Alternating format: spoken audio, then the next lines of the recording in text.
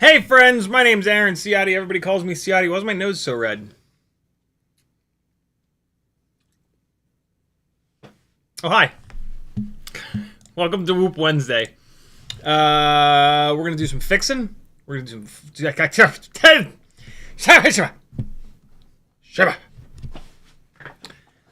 We're going to do some fixing. We're going to do some flying.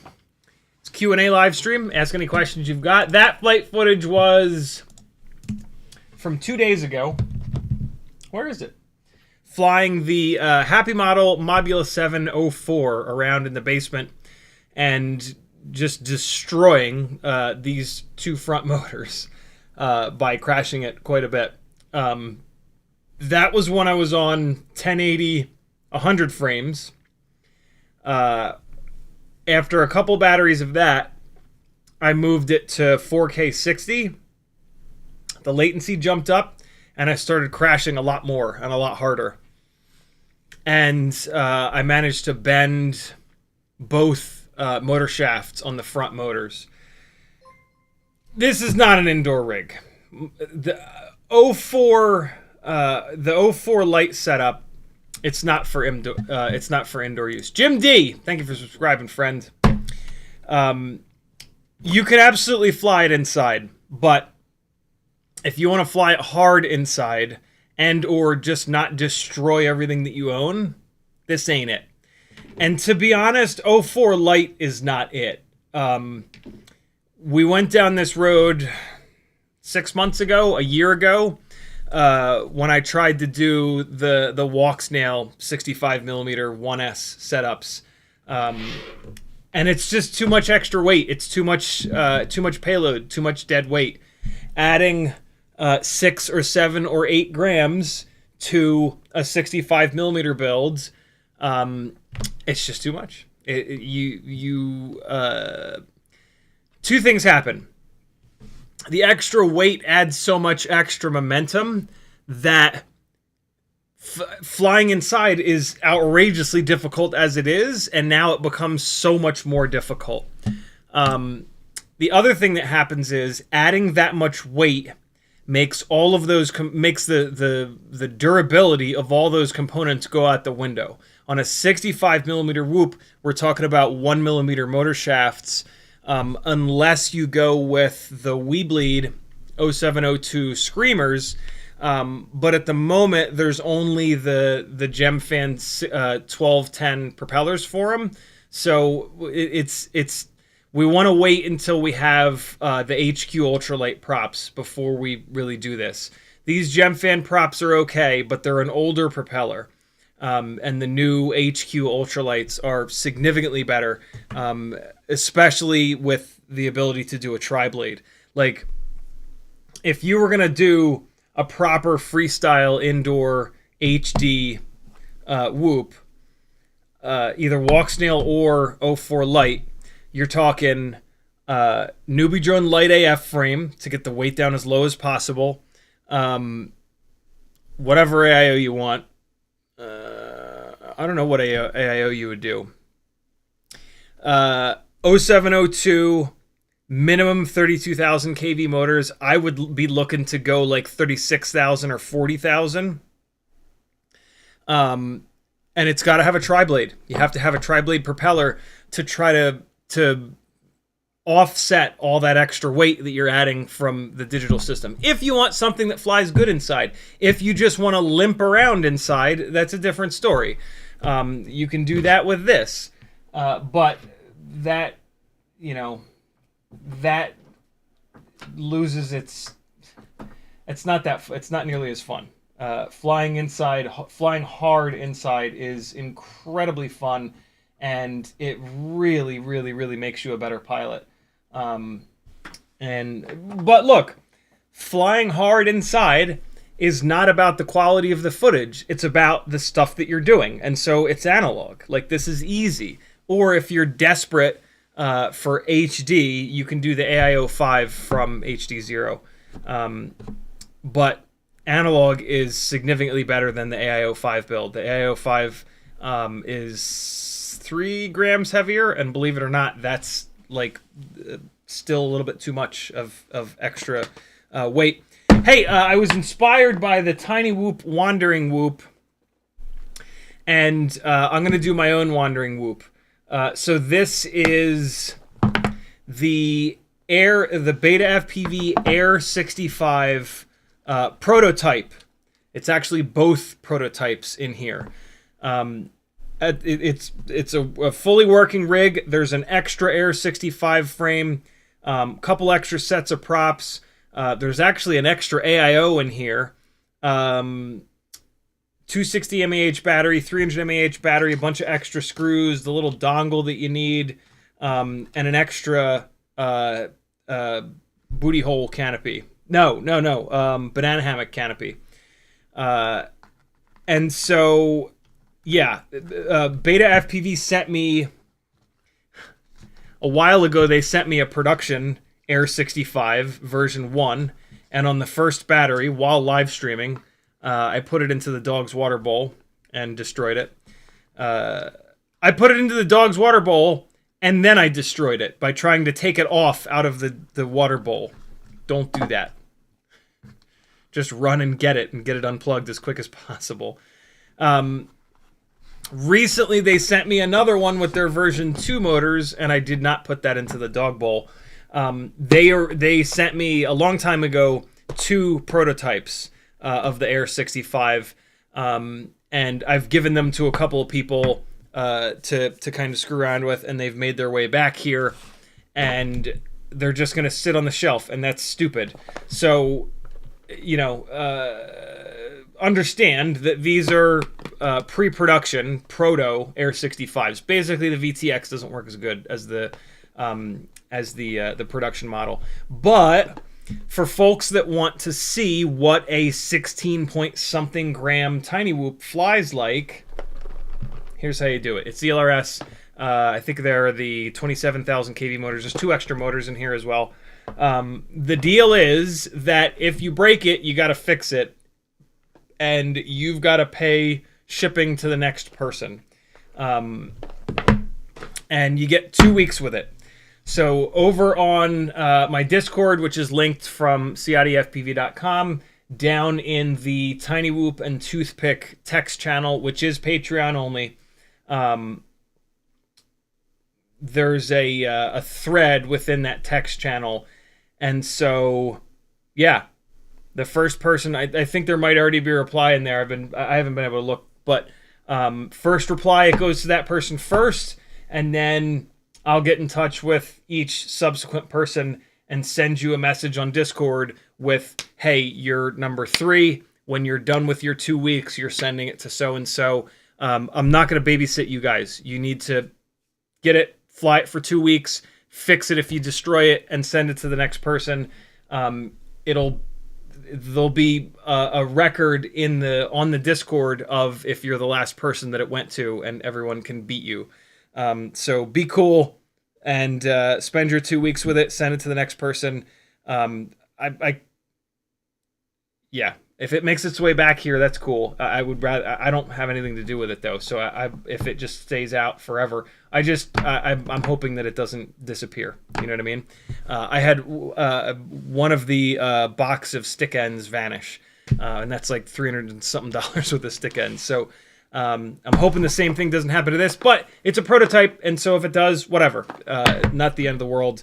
Prototype stuff usually ends up going in the garbage or getting destroyed anyway. So is what it is. But yeah, Wandering Whoop, thanks to Beta FPV. Also on the Discord, on the Etsy, on my Etsy store, you're going to be able to buy the damn near impossible to find gray Gemfan 1610 props with the 1.5mm hole. I've got like 8 or so sets of these to sell on my Etsy store.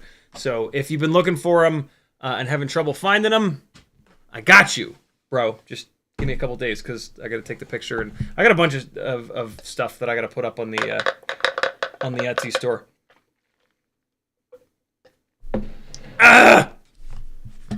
In the chat, Troy Prulog was first. Yamasor, Weber FPV, Render, Hockey Rounds, Curtis Hayes, Craig, Juicy J, Notice, Frank Nicholas, Mario Beans, Greg Torres, Flycadelic, Brandon's Baked Beans, Nitrous Chimp, Chaser FPV, Doubles FPV, Capital C. YouTube just did the thing. I have no idea where I was. Cheatonian, Spaceman Spiff, Islander, Denny Flatland BMX, Willie Summit, Shoot FPV, Brent Anderson, Drones and Beep Tube, Danzilla the Terrible, Off Axis FPV. Who else is here? Smirk, McMucus, Driftaholic. I know I'm missing people. YouTube just did it again. If you want me to read your name, you got to get into the chat early. Or just type CiottiFPV in your chat message. It'll light up an orange for me. You can do that with each other. If you want to get Notice's attention in your chat message, just type the word Notice. And for him, the word Notice will light up an orange. Notice if it ever gets too frustrating, just let me know and I'll stop doing it. If you type someone's name into your chat message for that person, it'll light up an orange. You got to spell it right. You got to get the spaces in the right places. That rhymes. So that's the plan for tonight, friend. We're going to fix. We're going to fly. I'm going to give you guys some soldering tips. The 2 main rigs that we're going to be fixing are the Mobula 6 2024, the Ultimate Mobula 6 2024, and the HD0 AIO 5 75mm rig. Come to think of it, I need to put a couple batteries on the... I need to put a couple 450s on the charger for that 75mm fat. We're switching the camera back out. I put the Lux camera on it on a live stream, and then like 3 crashes in, I managed to scratch the lens like right in the middle, and it's like incredibly obnoxious where I scratched the lens. So I'm gonna move it back to the Eco camera, which is kind of a shame because the Lux camera is a lot better, but it is what it is. It's fine. It's fine. That rig is on 802 33,000 kV motors. In the chat, Weber FPV tagged me and said, "What's up, CiottiFPV and the Gangly Gang? Super stoked. I got my first 3D printer today, and it hasn't stopped printing since I set it up. Very cool. In one day, you've managed to print more on your new 3D printer than I have in like 6 months. I won one at Rampage, and all I've printed so far is this, and I did it during the 12-hour live stream. I will at some point print with it, I swear. Print something that's not pre-programmed into it, at least. Greg Torres says, I built my Mobula 8 with the Flywoo Goku F405 1-2S HD 04 Lite, but I can't get S-Bus loaded onto Betaflight to work with my RC3. Tried flashing to S-Bus. Can't get S-Bus loaded onto Betaflight. What's RC3? Oh, Remote Controller 3. DJI stuff. Tried flashing. When you say tried flashing to S-Bus, what does that mean? If you want to use the S-Bus, you should just be like going into the ports tab and just flipping a switch. Greg Torres says rebooting to ROM bootloader and then failed to open serial port. I remember seeing that the AIO has BlueJ on it. Just confused and not sure how to go about getting the RC3 to read on Betaflight. All right, so we've got a whole bunch of weird stuff going on here. BlueJ has nothing to do with any of this. BlueJ is an ESC protocol that has nothing to do with your transmitter link, basically. So don't worry about BlueJ. You need to hook your 04 Lite up through RX and TX. And the first thing that you need to check is that the RX on the AIO is going to the TX on the VTX. And the RX on the VTX is going to the TX. R is for receive, T is for transmit. So you need the flight controller, the AIO, to transmit to the receive pad on the VTX and vice versa. Cool? So try that first. That's the thing that screws up most people when they can't get S-Bus working. Then you need to figure out which UART. So on the AIO, it's going to be like TX1 and RX1. That 1 is the name of the UART, is the number of the UART. In the receiver tab of Betaflight, you need to match that number up. And you need to flip the switch on that correct number. Then you need to go to the receiver tab, and in the receiver tab, you got to set that to S-Bus. You can't flash S-Bus. It's just something that you turn on within Betaflight. In Betaflight, like, you can flash a new version of Betaflight, but like you can't flash a setting. And yeah, that should do it. Those are three things that screw lots of people up. So it's not just you. But yeah, we've got some wording that's kind of getting all over the place. But yeah, should be good to go. One of those three things is wrong. And so once you could have two of them wrong. That's an extra fun troubleshoot when you have more than one thing wrong. But check all three of those things. Willie Summit says, I just watched you again in Flow State. Yeah, very cool. Man, that was early days of me flying professionally. My God, that was a long time ago that James filmed that with us.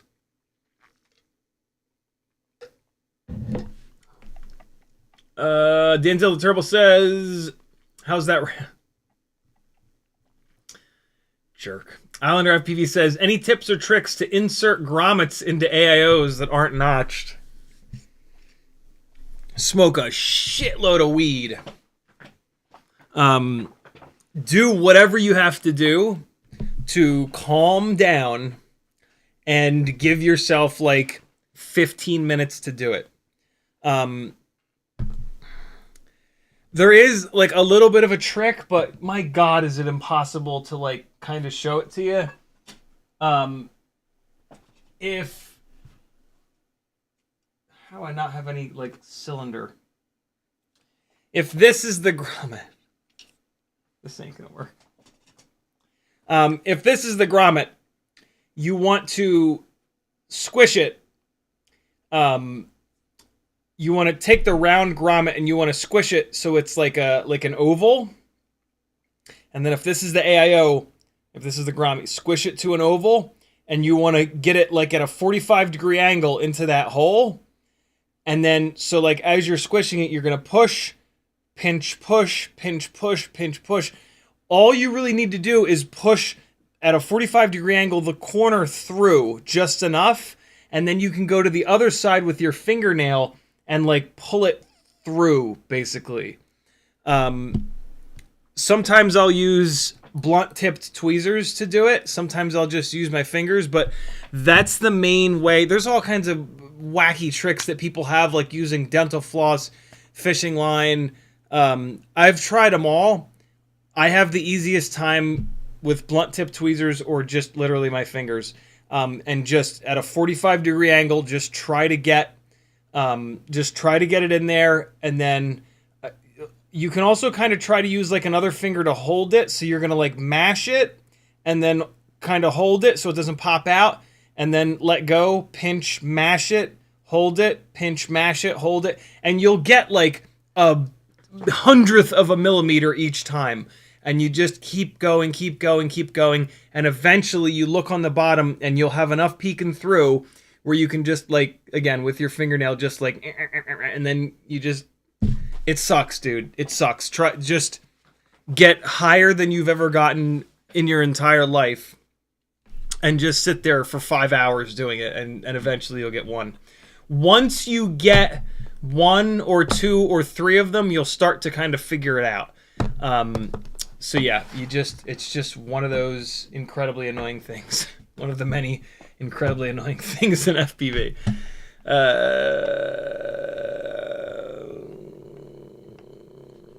Greg Torres says, appreciate it, you the king. Thanks, brother. Brad Mondin said, I'm now going bottom to top in the chat because YouTube keeps scrolling me to the bottom. Brad Mondin says, do you feel like the goggles 2 are enough? Like, would the Integra be fine? Would you prefer the 3? If it wasn't for the battery, I'm willing to mod.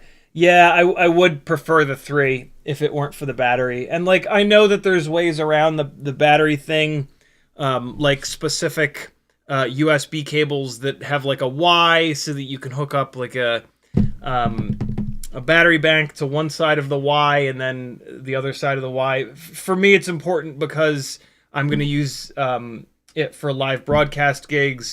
Most people, it's not going to matter. But yeah, my situation is a little bit specific. The goggles too seem totally fine. The biggest problem that I'm having is this is the old school goggle foam, and it's all bunched up here in the nose, and that makes these not fit my face very well at all. I placed that order, like I was talking about Monday night with Pyrodrone, for a proper set of the real normal foam for these, so that should fix that problem. I forgot, DJI should be beaten with a hammer for this.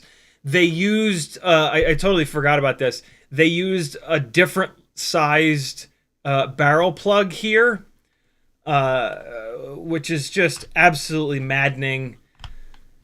And so like what I really want to do is use to use these Tattoo 2S 2500 mAh batteries just on the side of the strap and then just plug them directly in. But the stupid bastards used a smaller barrel plug, so I can't do that. These DJI batteries are okay, and you can get like extras. I don't know. I really don't like this touchpad thing. I'm having a really hard time getting used to this. Like when I want to go up, I'm always going forward. When I want to go down, I'm always going back. Like it just, this is, and I've heard other people bitch about this. I didn't quite get it until I used it a bunch. So like, boy, I don't know. I feel like I'm no closer to figuring out what I want to do for like a goggles situation. I gotta figure something out soon though. I would love to just do the goddamn goggles. I think I'm going to end up just doing the goggles 3 so that I can get 60 megabits per second and so that I can get race mode. And then I'll figure out whatever the hell cable I need to get that has like a Y in it so that I can run a battery bank to it. But yeah, I don't know. Hey, this shirt and many more are available over on Teespring, linked at CiottiFPV.com. Go buy yourself some cool stuff and represent your buddy. Craig says, great on soldering. Have to put back 2 wires on my Air 65 camera. Very cool. That's going to be hard. The Air 65 camera has stupidly small little PVC coated wires. Even for me, it's a pain in the ass to deal with those. It's just Beta FPV should be smacked for using those wires instead of proper multi-stranded silicone insulated wires. But hey, Capital C says, not so much for whoops, but have you seen the Axis Flying 04 camera case? I have. If you're gonna use the 04 Lite system in like a big ass heavy rig, it seems like a really good option. I would definitely not recommend using that heavy-ass thing on anything, like, maybe on something like right at 250 grams, but maybe not. Yeah, I feel like that's really only for, like, a 5-inch rig or a race rig or something like that. All right, and I'm caught up on chat. Look at me go. No, I'm not. Frank Nicholas says USB-C data / power adapter for goggles 3. My man coming through. Oh, look at that. That's a lot less obnoxious than I thought, or is it? This would have to plug into the goggles, wouldn't it? Ugh. So that would be hanging off the goggles. What's PD? Power donkey? Power... Oh, what? They've got a thumb drive plugged into that? That's interesting. I would rather do it with like a wire. I want as little hanging off the goggles as possible. That's interesting though. That is not obnoxious at all. I guess I could run a male to female cable off the goggles to this and then like put this down on the desk. Interesting. I mean, it's only $8, so I'll probably end up finding it somewhere off of Amazon and buying it. Very cool. Thank you, Frank.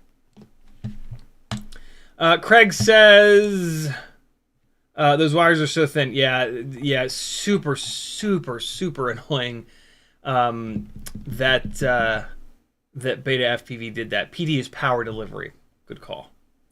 All right, let's start farting around on the bench here. So we're gonna fix this guy first. I mean, this doesn't really. This is just like unplugging and plugging and screwing and unscrewing. This is actually gonna be some soldering and whatnot. And I haven't soldered on stream in a while. So basically, what happened here is, as happens a lot to me. So this is the version 1 Module 6 2024, and at the version 1 is direct soldered motors, and as happens all the time with direct soldered motors in my experience, after you start crashing them, the motor wires rip off of the board, and this motor wire has ripped off a couple times, and it's now a little bit too short.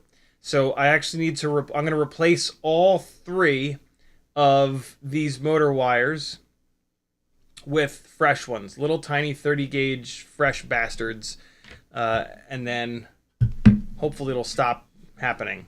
So this is the OmniFixo. This is one of the best things you can get to help your soldering out. Any other helping hands can go to hell. This is so much better, in my opinion, and many others' opinions. So we are going to clamp on there like that. And so first thing we want to do with these tiny little motors, you always want to use flux, but with these little tiny motors, you don't want to use too much flux, just a little bit. Another thing that helps a ton with soldering are the nerd goggles. These are made by Yaktosun, but you can get these made by a million different people. They have a lens up front here that's 2.5x magnification, which makes a massive difference. These do have a little LED up here, and then you can put three AAA batteries in here. Don't do that. When you put the AAA batteries in here, these become really heavy and uncomfortable. Without the batteries in them, they are comfortable. You should have some sort of a lamp on your desk here. This one has this magnified thing that I never use, but it's okay because you're just using it to put light in the exact right spot. Nerd goggles, flux, and a lamp so that you actually have light will really, really, really help you do good quality work. And when you're working on tiny little shit like this, that is super, super, super important. So let's get a little bit of flux on here. So this is flux paste. I really like it because it stays exactly where you put it. And the syringe has a nice fine tip on it. So I can put flux paste exactly on these solder pads.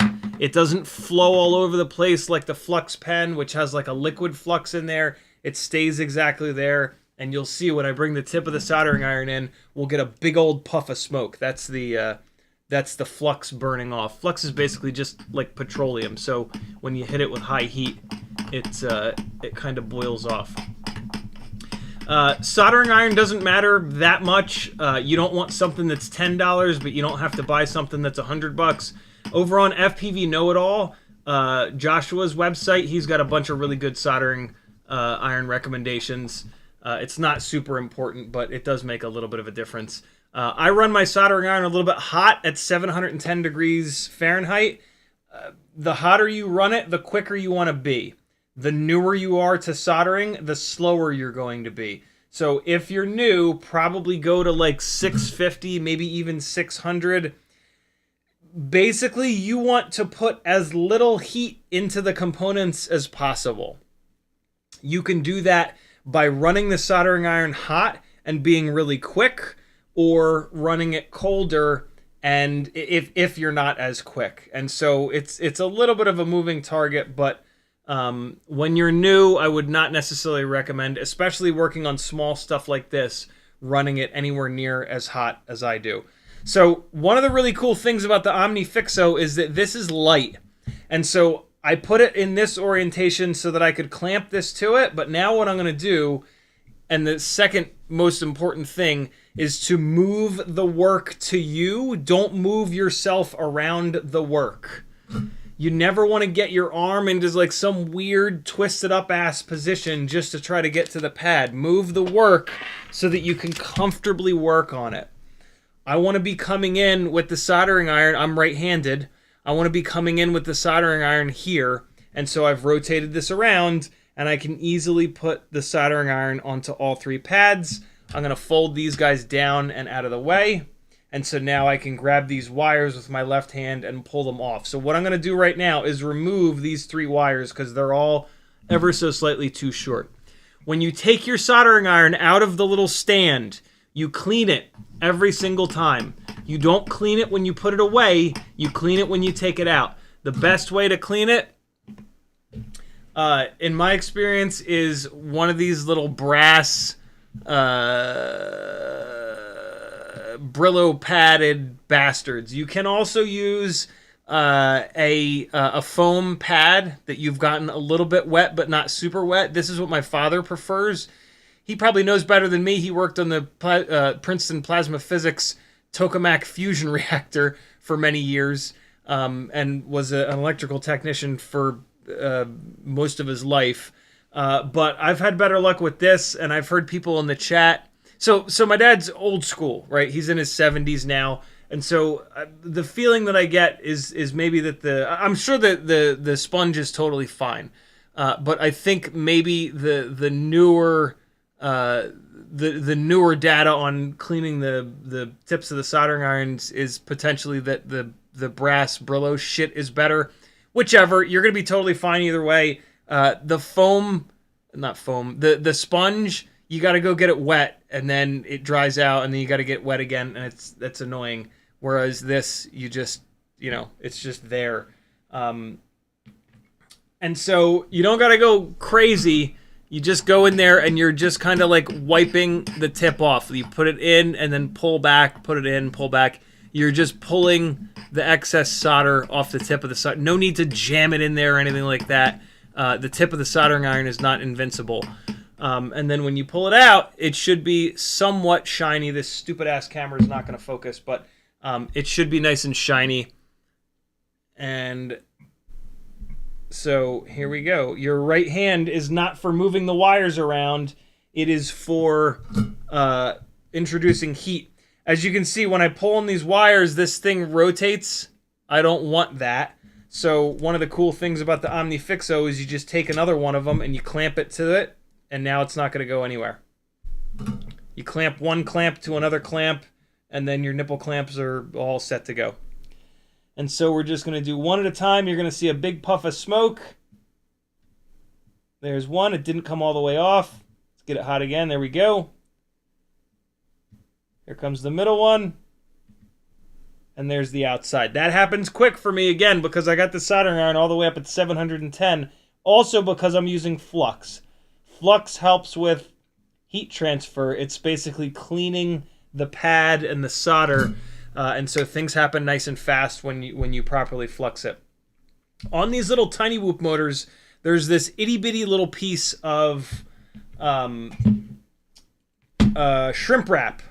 Hold on, let me show you. Which is actually really important. Let's see how awful this camera will do at focusing.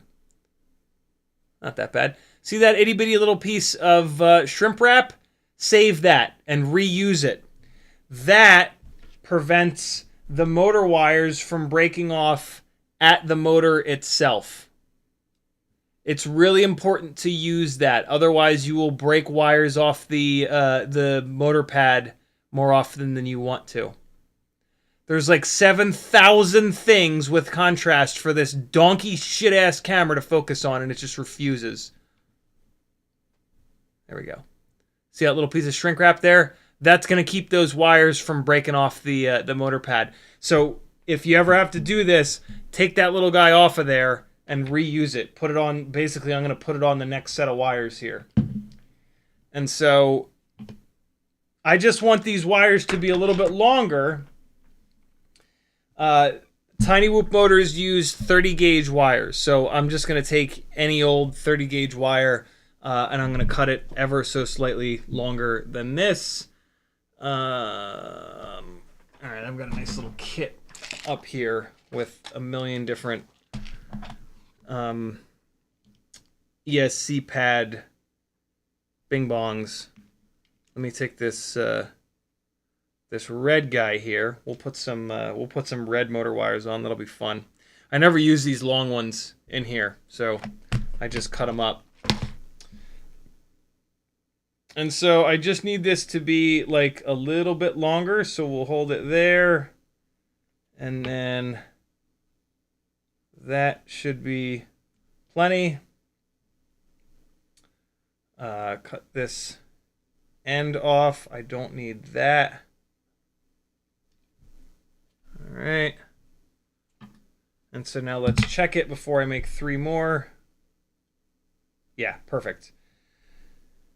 All right, so now we can just butt this guy up next to that. Use it as a guide. Good. There's 2, and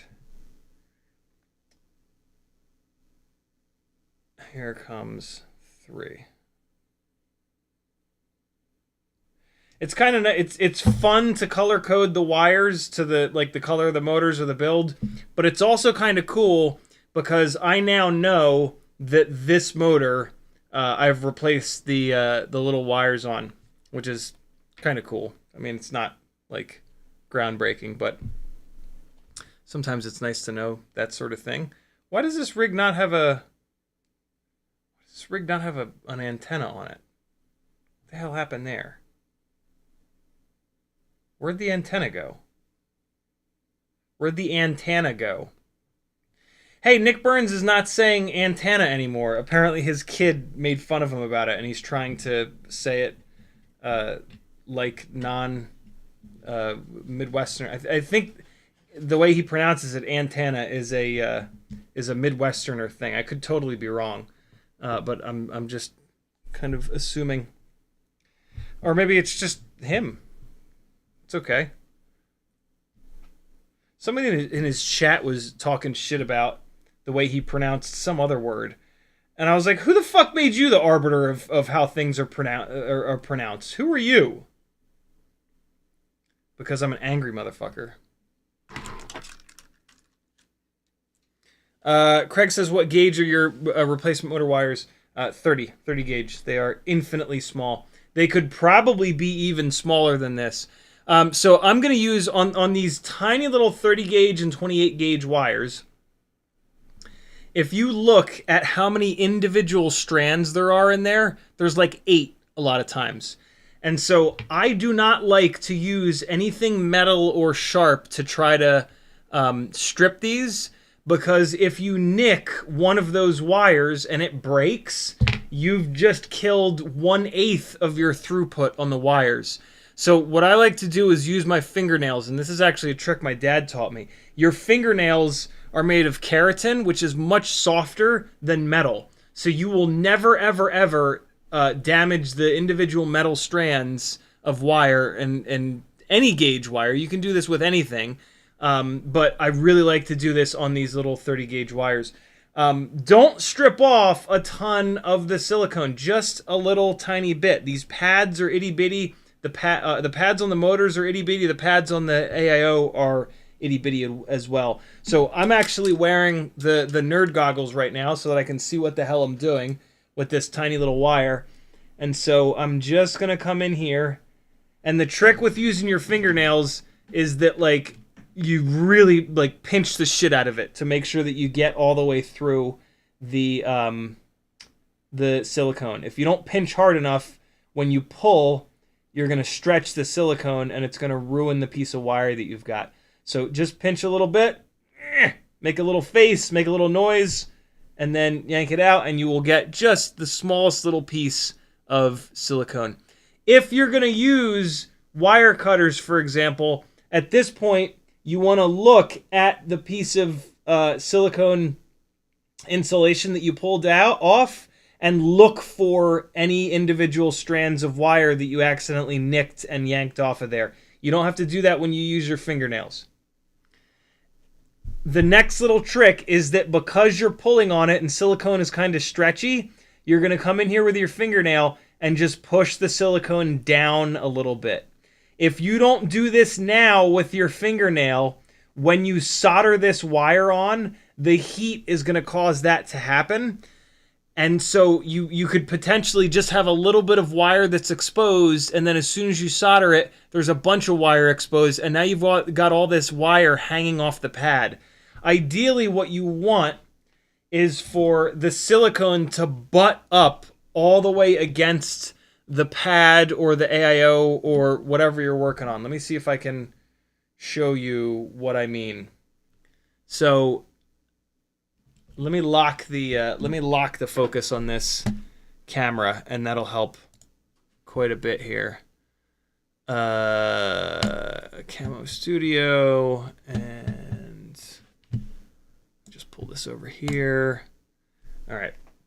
So that is as macro as this thing will go. And so you see how the insulation is right up against the PCB?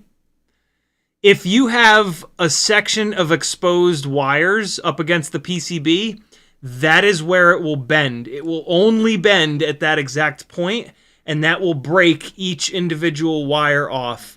Whereas if you get the silicone all the way up against the PCB, it's gonna the silicone is gonna help it bend not in just one specific position.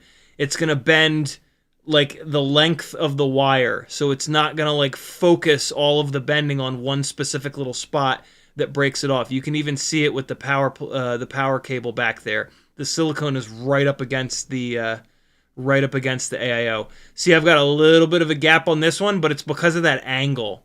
right?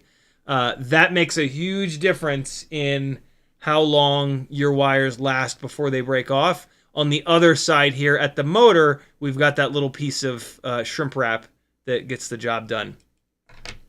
This is how you make shit that lasts.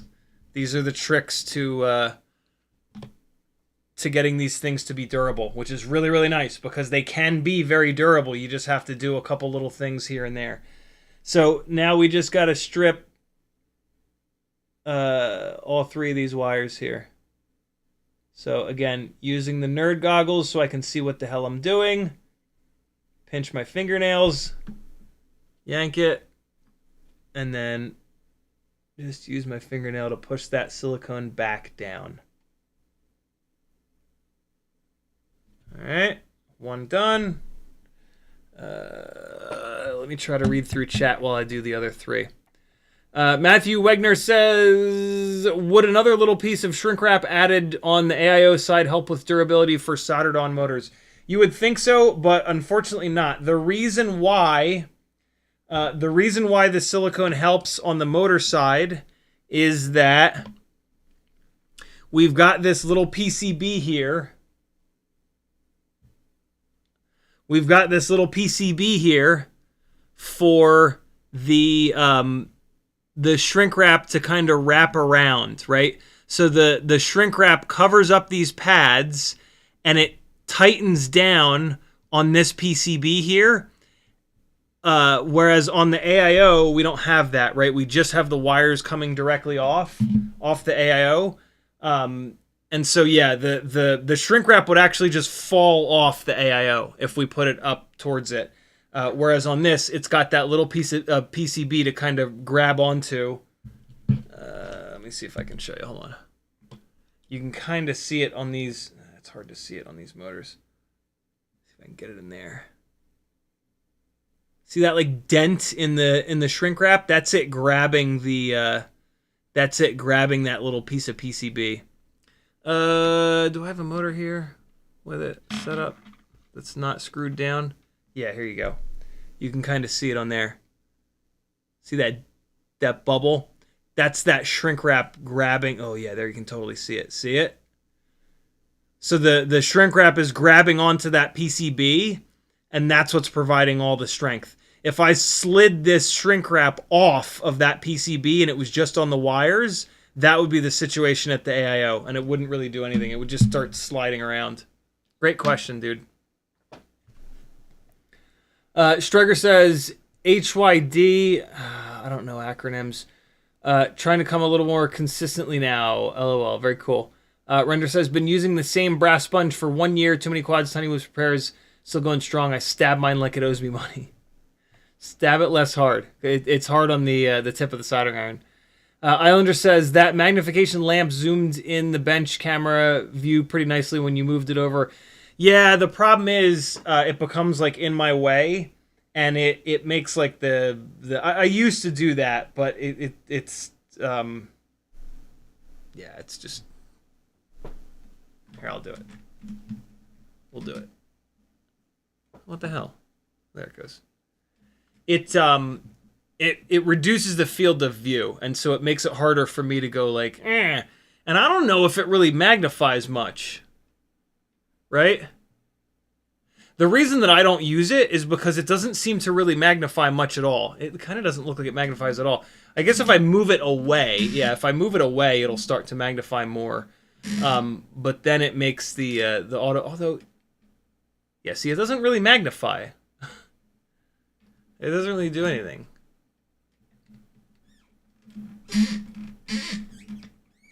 It's great as a light, though. Yeah, see, it doesn't magnify. It's so weird. But yeah, it's awesome as a light.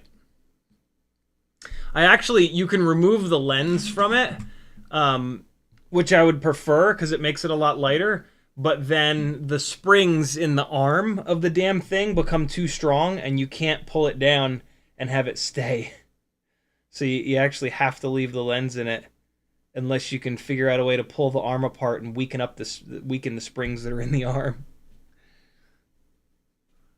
Because I would love to have it I would love to have it as basically like a ring light. Like, for example, right? So like you can rotate this out. Rotate this piece out and then take the lens out, right? But then it always pushes upwards. But it looks great like this as sort of like a ring light, right? But then I can't move the damn thing. When I go to move it, it just flies up in the air. But I'll leave it like that for a little bit. Because it looks really nice as it is. I wish they sold one of them without the lens in it. Because I don't know how the hell I would weaken those springs up. I mean, like in theory, I guess I could... Well, I can't really stretch the springs. That would do the opposite. Yeah, I don't know. Maybe I could clip the springs off, but they probably have hooks on either side. Yeah, I don't know. All right, so just pulling the silicone back a little bit. All right, there's two. Get the third one here, and then we will get these wires tinned. So here we go. You'll actually see the silicone go white when you're pinching it hard enough, if you're looking really carefully. I might have links to some of these tools down below in the description of the video. I might not. I really need to... My auto-populated video description is very old. I really need to find some time to go in and fix it and update it. All right. So, there we go. All three of our wires are good. OmniFixo, the way that the little jaws are, they clamp flat, right? They're not like these alligator clips that clamp like that. They clamp completely flat, which makes putting wires in them amazing. And so what you can do is put all three of your wires in here and tin them all at once, which is super slick. I don't like to do it one at a time like that, though, because every time you open it, the other ones try to fall out. So put the wires together in your fingers and then drop them all in there at once. And now it's super, super, super easy to tin these. Tinning wires is pushing solder in between the individual strands of wire. And so you want your heat to be on one side and you want to push solder in from the other side. This prevents you from having to add solder when you are connecting the pad to the wire to the pad. So this is a really important process here. Cleaning the tip of the soldering iron. So what I'm going to do is I'm going to put the soldering iron on the bottom, and then I'm going to push solder in from the top. All right. So bring the iron up, and a little trick is to push solder next to the wire, just to get a little bit of a blob going.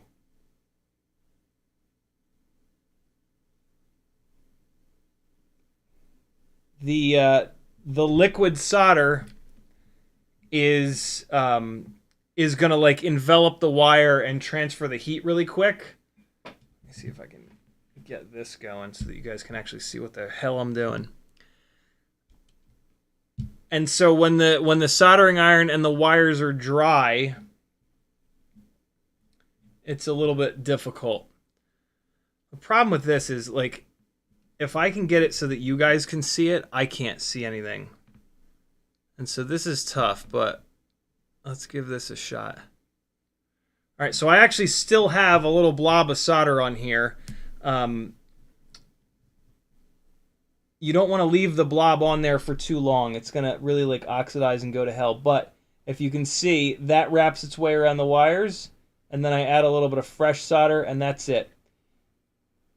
And I'm just trying to push that fresh solder in between the individual strands.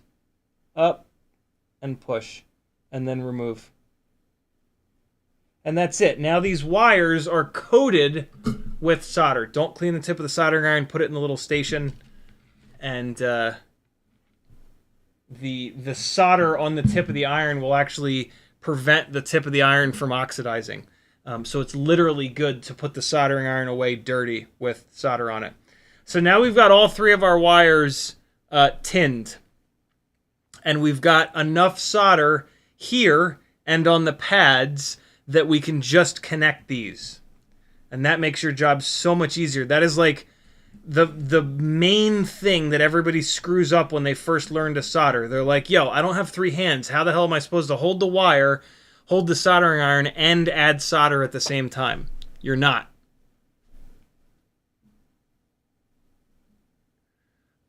All right, let me scroll back down in the chat. All right, we're good. So now we've got our motor and we just need to connect these wires. We don't want to forget about our little piece of shrink wrap here. So let me take it off and put it there so that I will hopefully remember it. Tip of the soldering iron is going to be in my right hand here. And I'm going to be holding the wires with my left hand. So I want to move the work into a position where it's going to be comfortable for me to do that. So I'm even going to like move this around a little bit. So let's do this. I'll move this forward. And then I'll take this OmniFixo here and I'll clamp it to that. And now it's going to keep this from rotating forward and back. Move this guy up here out of the way. And so we don't need this solder. We have enough solder. The pads have enough solder on them because I removed wires that were already soldered on there. You see that blob of solder on the pads?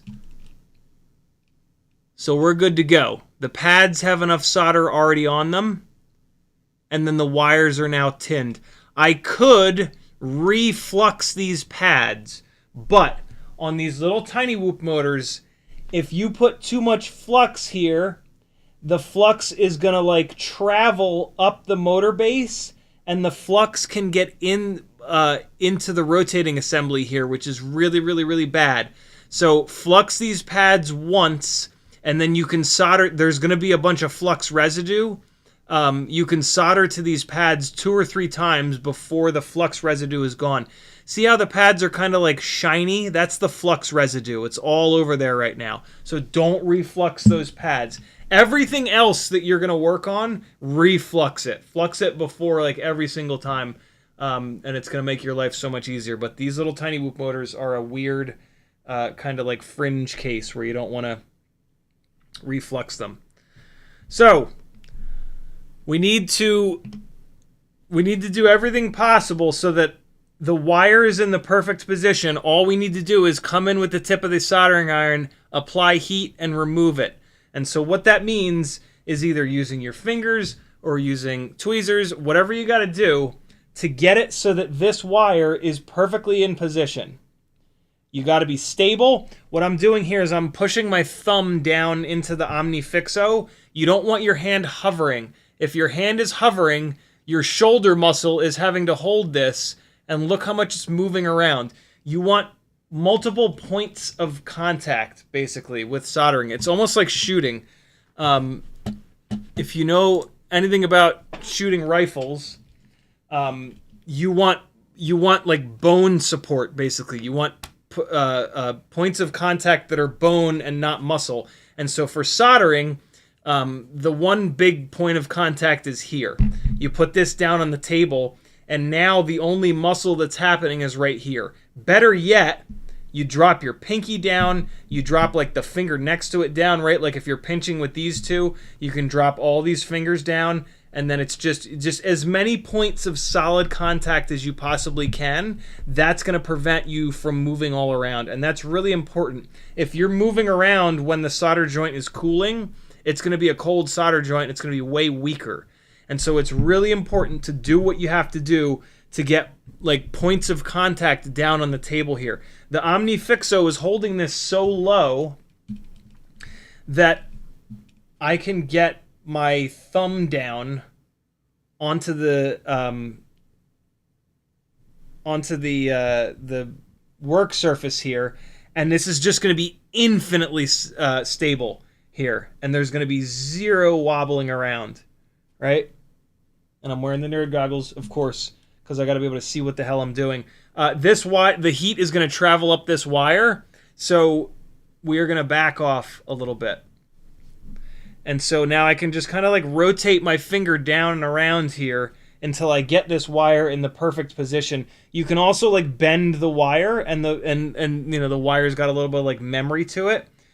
This is where you spend all of your time. You don't spend your time with the soldering iron in your hand. You spend your time right here getting the wire so that it's going to be in the perfect position so that when you bring the heat in, you're on the pad for no time whatsoever. So get it exactly right, get it centered on the pad, and again, I'm trying to get the silicone butted up as close to the PCB as possible. I don't want a big bunch of exposed wire hanging off. So let me stop talking, because when I talk, I shake, and let me actually do this work. This is hard shit. The tiny whoop, soldering on tiny whoops is the hardest soldering in all of FPV. And so you have to follow the fundamentals, even if you're good at soldering, to get a good quality solder joint. If you do, and if you get a good quality solder joint, it'll be really durable. If you don't, it will not. I promise you it will not. And so the tip of my soldering iron is dry right now, which is okay because I tinned the wire and the pad. But there's nothing wrong with picking up a little bit of solder on the tip of the iron, which is called tinning the iron. So like if I put a little bit of solder in through the OmniFixo here, or even better, I can just take the jaws of the OmniFixo and clamp the solder, right? I can put a little bit of solder here so that something just happened. The OmniFixo things are magnetic, and so they try to eat your screws off your desk every once in a while. So now I can tin the tip of the soldering iron before I bring it down into the work. Keep in mind, if you do that, you are going to add a little bit of solder to the work. So if you don't want to add any solder, don't do this. What's nice about doing this is most solder has a flux core. So when I do this, you're going to see a little puff of smoke. That's actually flux. That's kind of nice. We're going to add a little bit of flux. I'm not totally happy with this solder joint, so I'm going to rework it. I'm going to rotate this a little bit so that it's in a better position for me. And so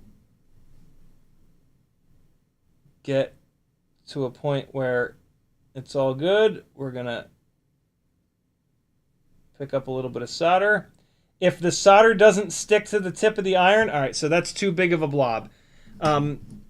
Hopefully you saw there the solder stuck to itself rather than the tip of the iron. That means that the tip of the iron is dirty. Clean it. It oxidizes very quickly. Best case scenario is that you clean the tip of the iron and then bring it in and work it right away, because as soon as you take it off, as soon as you stop cleaning it, it starts to oxidize.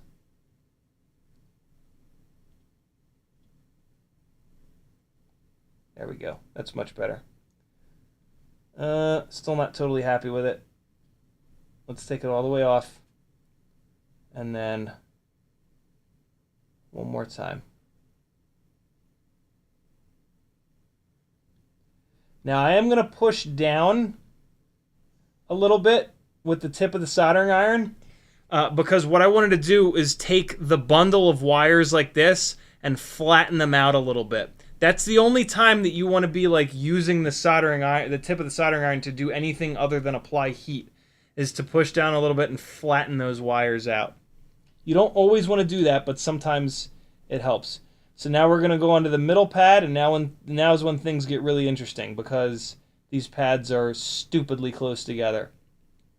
So now I actually don't want that little extra blob of solder on here, because that blob of solder is too big. We're going to now come in with a dry tip.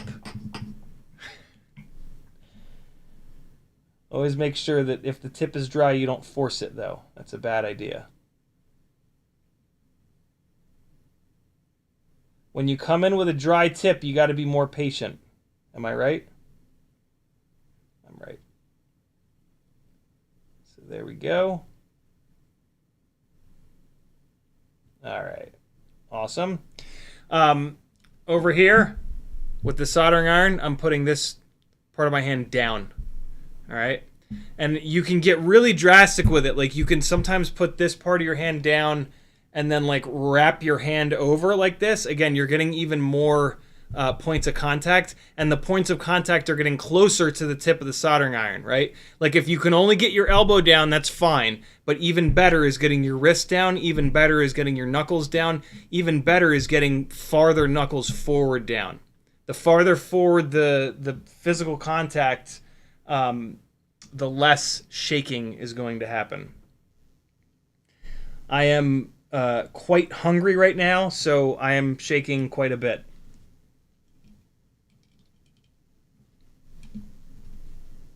But not so much that I won't be able to get this done. Last one. Get the wire perfectly in position, and then come in with the heat. And so now I'm getting a little close to the OmniFixo arm, so I just want to be a little careful with that. And so when you apply heat, what you're looking for is the solder on the wire will melt first, and then you'll see the solder on the joint melt, and then you'll kind of see them all flow together. It's important for them to flow together.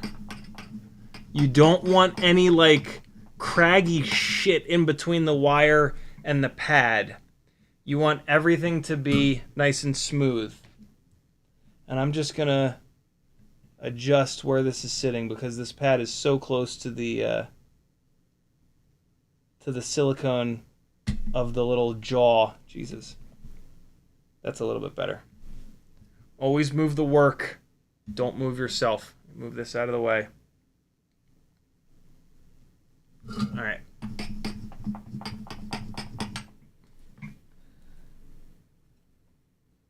Here we go. One more try.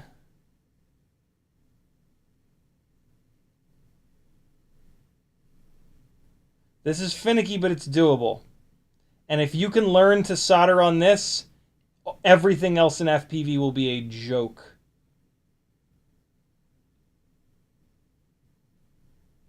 The other thing that's kind of cool is that, like, tiny whoop components are the cheapest. So if you're going to screw up, this is the time to screw up. I am going to pick up just the tiniest little bit of solder just to tin the tip of the iron here. I just picked up like a nothing amount.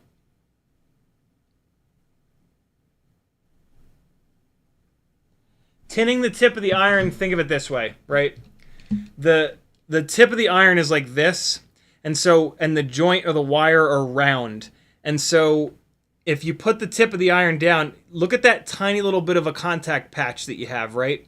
Versus if the tip of the iron has a blob of solder on it, it's gonna envelop, right? And it's gonna wrap around the wire or the pad, and that's gonna transfer that heat much, much faster. The problem is you don't want too much of a blob on the tip of the iron because then you're going to bridge from one pad to the other. And that's super annoying because then you have to undo everything that you did and redo it. And so when, like, on that first pad, I was able to have a nice big blob of solder, but on the next two, I really wasn't.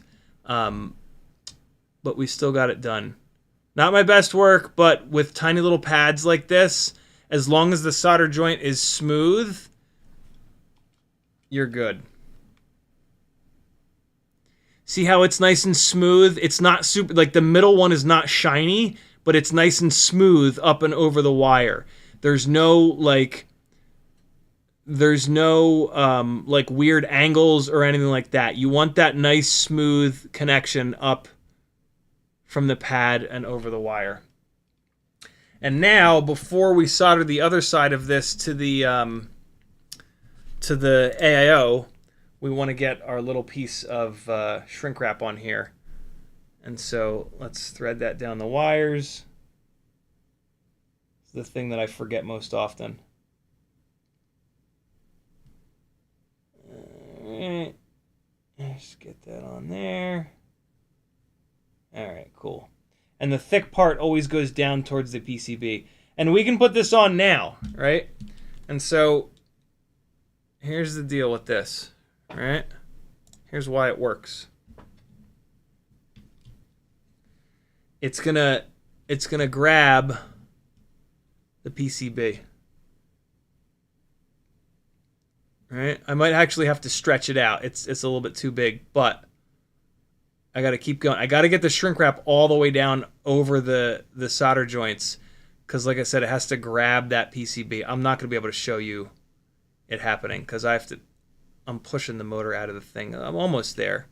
I think you know what I mean by now, though. There we go. There we go. There we go. I can't believe that worked. And now I just got to push this side on a little bit more. There it is. And so now when that shrinks up, it's going to grab that PCB and it's going to make the wires much stronger on there. It makes a huge difference. I've learned this. I learned this the hard way. I had a bunch of motors where the wires were breaking. I stopped using these because I was like, there's no way that could actually help. And I had a whole bunch of motors that were that the wires were breaking off. And I started doing this again, and it stopped happening. I was like, wow, okay, there it is. If you don't crash a lot or you don't care about having to work on these things all the time, then you don't have to worry about this. But you should, because tiny whoops can be hysterically durable if you do these simple little things. And it takes a lot less time to do this now than to have to repair it. And so I'm just making sure that this... one thing that you want to pay attention to is make sure that shrink wrap is not going up and touching the bell, right? So again, use your little magnified nerd goggles and just go in there. Like what had happened just now is the shrink wrap, the top of the shrink wrap was doing this, and it was actually pushing up against the bell. So I had to come in and get it to flatten back out. And so now we're totally cool. I can probably it fit strong enough that I probably don't need to come in with heat, but I like fire, so I'll just hit it super quick here, shrink it the rest of the way up, and now we are good to go. And now this motor is going to be nice and strong like bull. Okay, and so now for the kind of annoying part. I'm going to do this. I hate doing this with the AIO in the frame, but I'm using tall grommets, and this AIO is sitting up, I think, enough off this part of the ducts that I'm hoping I can get it in here without melting the canopy or without melting this duct. If you melt the canopy or the duct, you've ruined them. So I do not recommend that you do this, but let's give it a shot. For the culture, as strange people say. We'll give it a try. So I'm actually going to put the whole goddamn tiny whoop in the OmniFixo here. And just kind of move it around a little bit here. So let's connect this one up here. Multiple points of contact to hold it nice and stable. All right. Again, I don't recommend that you do it this way. Do as I say, not as I do.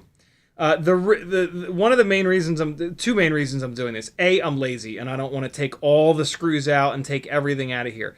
But the other real reason is that every single time you remove screws, you're wearing there's wear associated with that.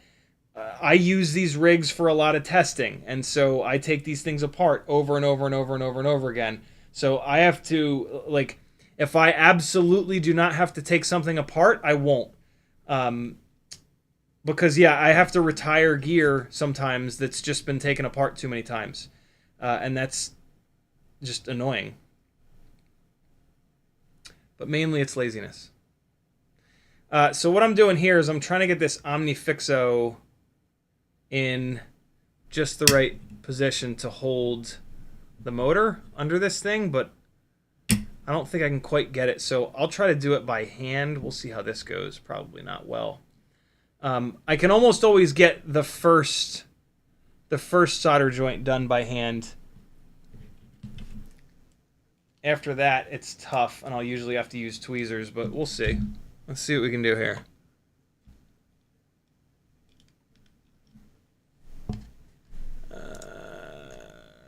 Autofocus is going to be a hot mess, but whatever.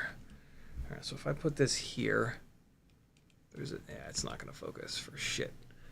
All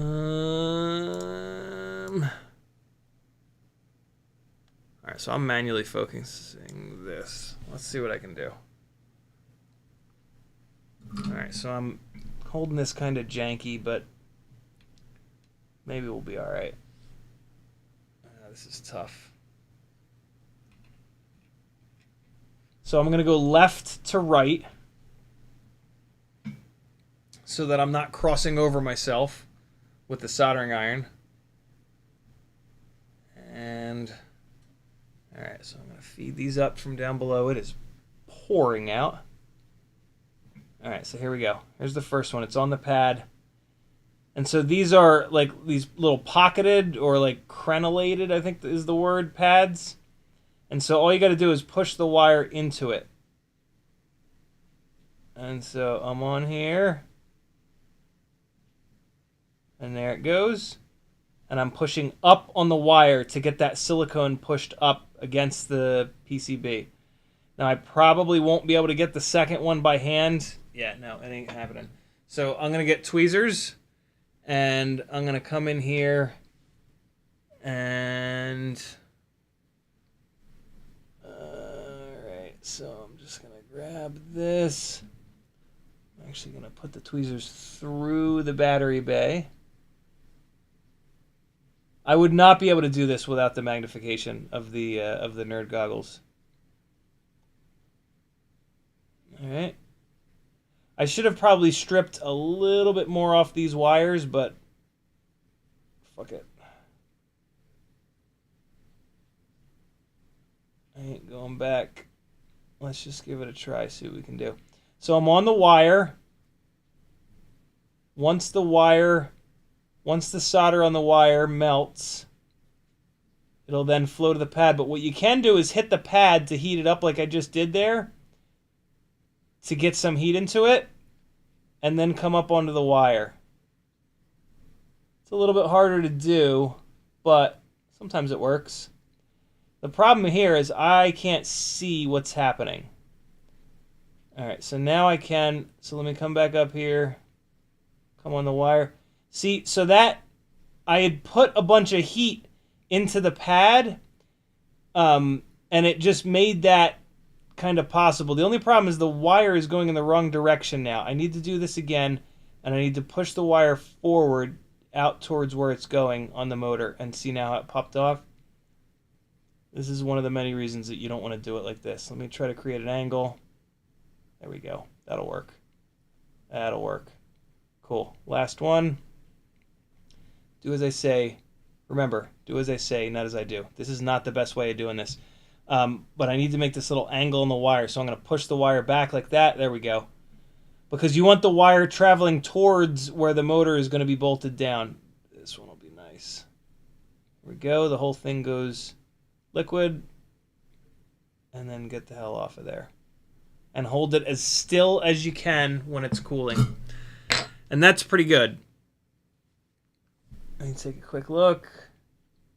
Yeah, that ain't bad at all. The silicone is right up against the AIO, which is going to be nice and strong.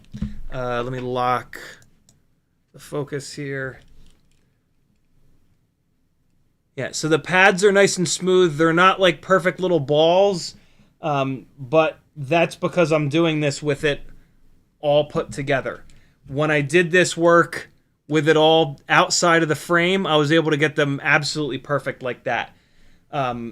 Which is better looking and like marginally stronger, but realistically, as long as you have the silicone up against the AIO, and as long as the solder joints are nice and smooth like they are here and nice and round, it's fine. That left one is no good. I need to redo that left one. I'm not going to refocus this camera. I'm just going to do it real quick. That left one, the wire is not sitting all the way in the little pocket. And so I'm just going to rework it. And I'm doing that right now. Hold on. Tip of the soldering iron is now disgustingly dirty. It is oxidized that whole time. So we're going to clean it real quick. And then I'm just going to quickly come back in here and redo that one. I'm actually going to use the tweezers to just grab that wire. I shouldn't have done that one by hand. I should have used the tweezers on all three of them. The difference in the quality of work between these three is staggering.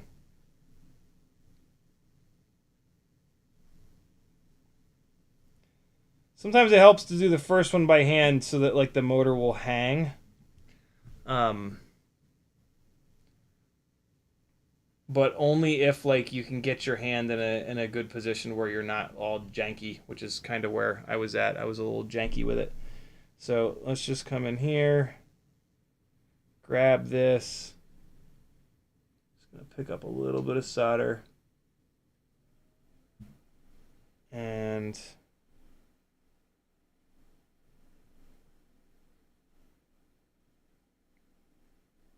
much better.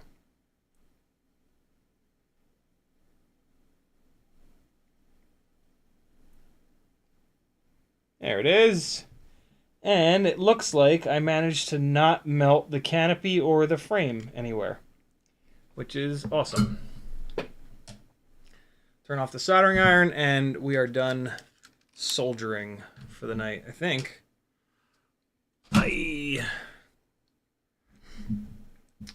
Now we just bolt this motor back down, and this Ultimate Mobula 6 2024 is ready to be smashed into the walls and eventually broken again.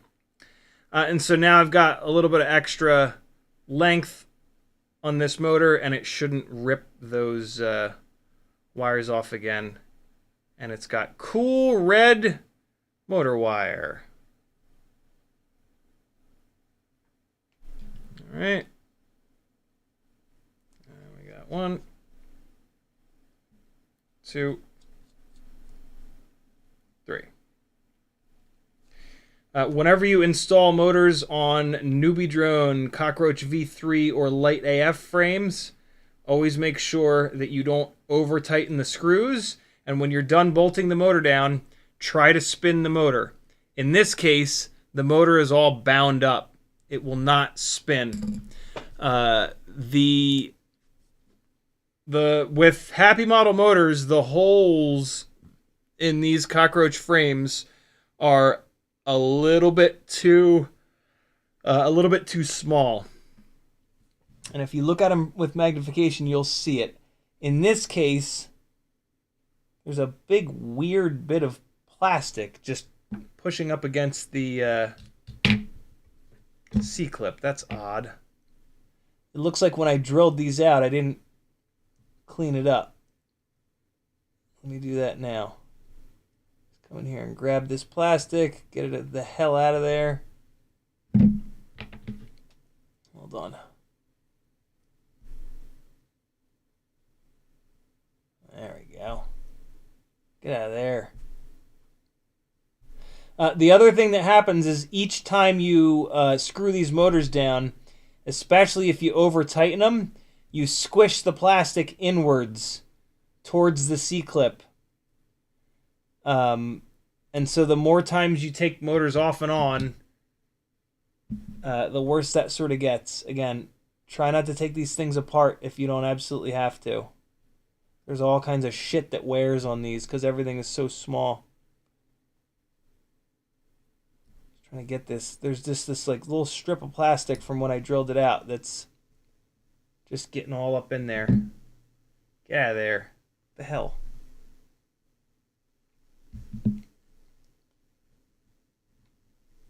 Get it? All right, there we go. There we go. This is way too small for me to show you. This will not show up on that camera. There it is. Yeah, 2 little strips of plastic that we're just kind of getting in there. And if you then are now thinking to yourself, well, how the hell do I know how tight is too tight on the motor? You've got 3 other motors that you can spin to compare. So if you spin off all 4 motors and one of them feels like it's a little bit tighter than the others, don't ignore that.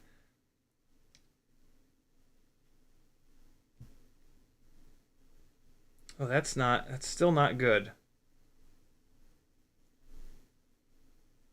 Yeah, that's still bound up. What the hell's going on?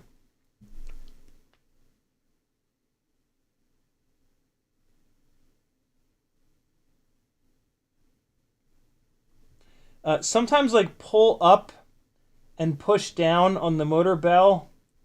Sometimes they can just get kind of angry on their own. There we go. That's exactly what was going on. It was just...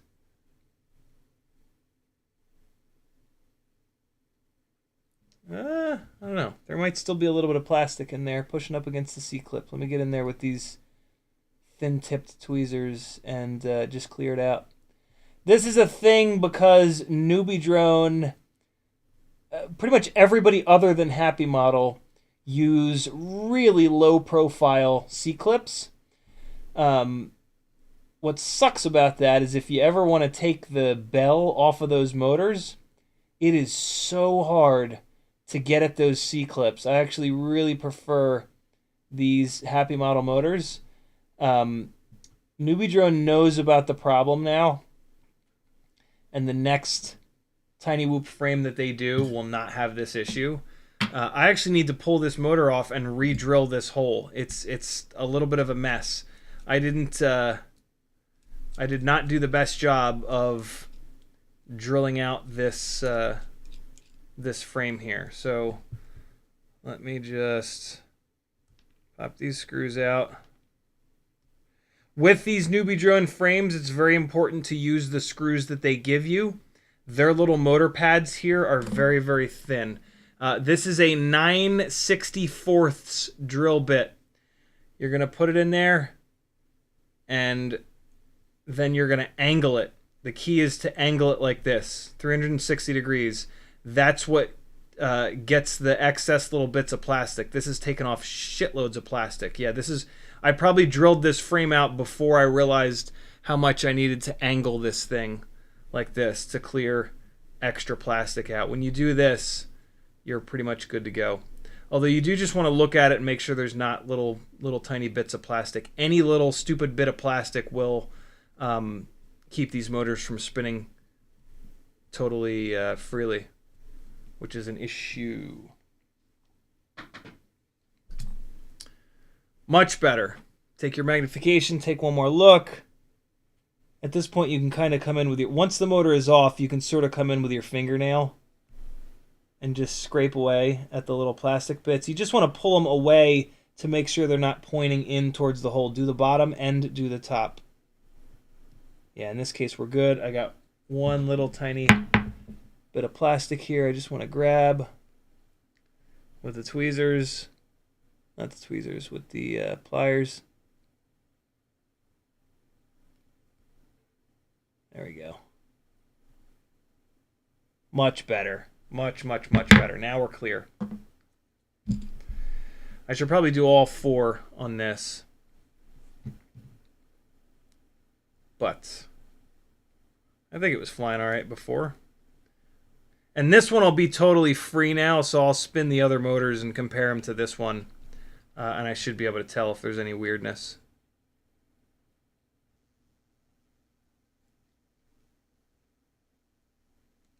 There we go. All right, screws are back in. In the chat, Scott Stevens says, does it matter which wire from the motor goes to which pad? Kinda, but not really. I run them like left to left, middle to middle, right to right.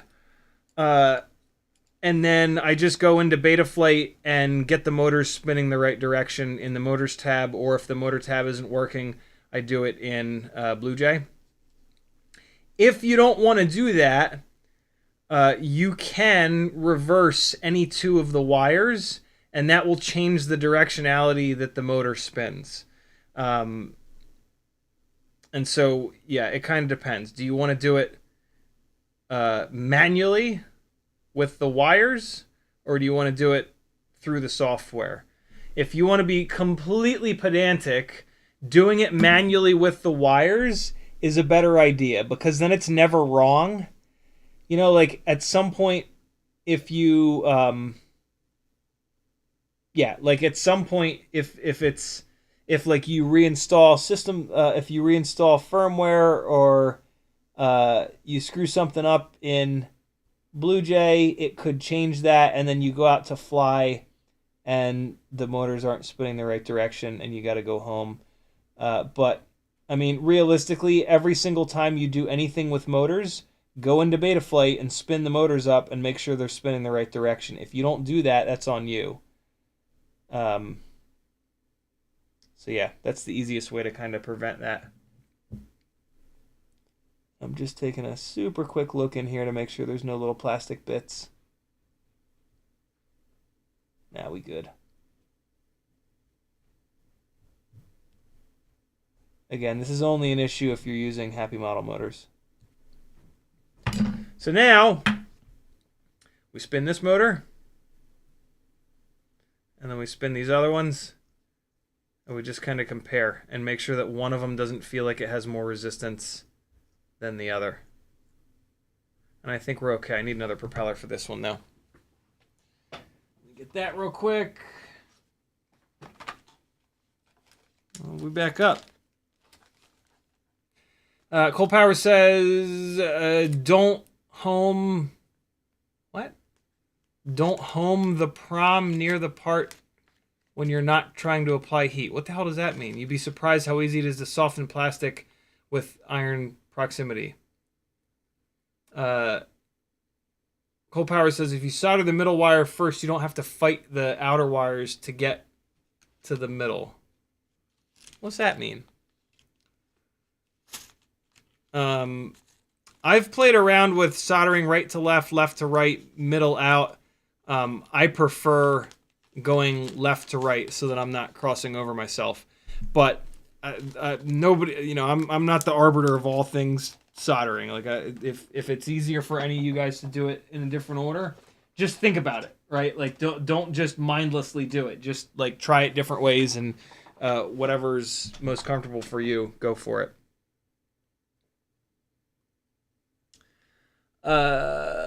Brandon's Big Bean says castellated. That's it, castellated. I always forget. Islander FPV says, would a strip of aluminum foil over the duct help protect from a bump with the soldering iron? Probably, yeah. That's a really good idea. Willie Summit says, back screws a little pry board up a bit. Yeah, that's one thing that you can do. But the whole point of doing it while it's together like this is that I'm not backing out any of the screws. I got lucky because there are grommets on this that are a little bit taller, and this AIO sits a little bit high. Like I said, I wouldn't normally... I definitely don't recommend anybody do that with it still in the frame. It's just, you know, most people aren't going to be doing that many repairs that it makes that much of a difference. So there we go. Spin this one.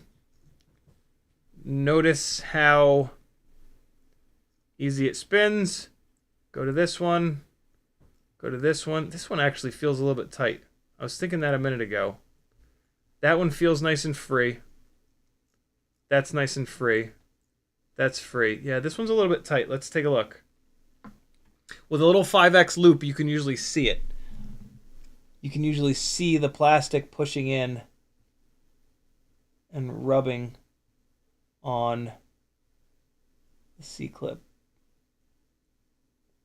Yeah. I think it's like right there. Let me see if I can just dig in there and push the plastic away a little bit.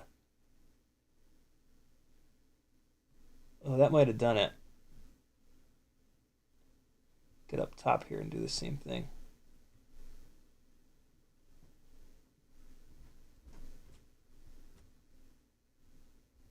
Nah, I gotta re-drill that. Yeah, that one's definitely rubbing a little bit. That really matters, man. These little tiny motors make like no power, so anything rubbing against them will really affect it quite a bit. So it's something you do. It is like the only bad part about the Cockroach V3 and Lite AF frames. All right, so I really like to pull these screws out before I do it because I don't want to mangle the threads going in there with a big boy drill bit, you know?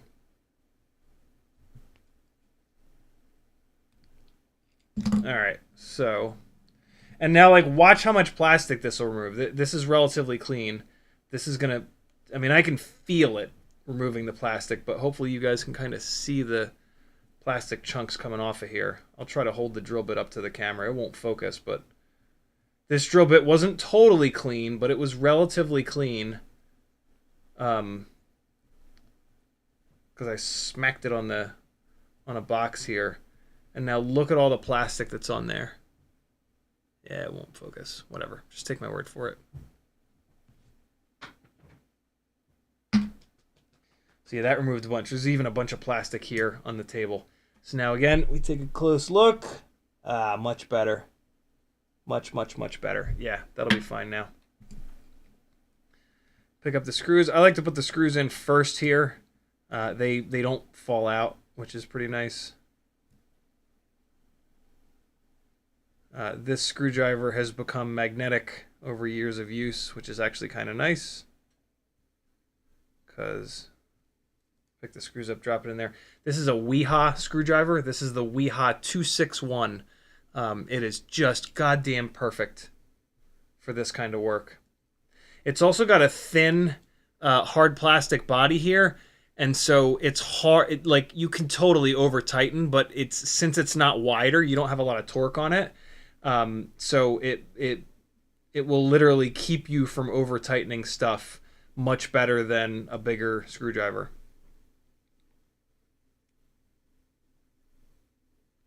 You can usually get a set of Wiha little precision screwdrivers with this one in there for like 20, 25 bucks. It's well worth it. These are, I've been using Wiha drivers for like, God, 20 plus years.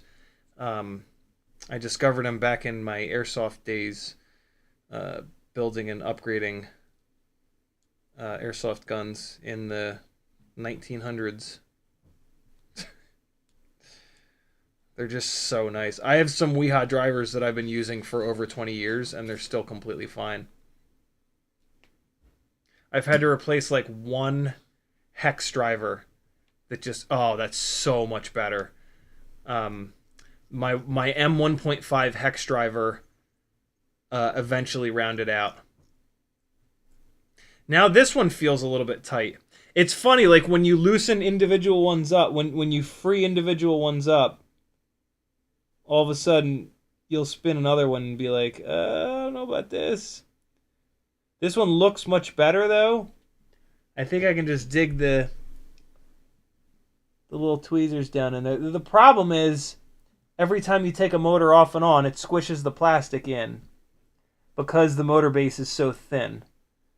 But the motor base being thin is why they can use such short screws, and that's one of the ways that they save weight with these frames. And so it's totally worth it.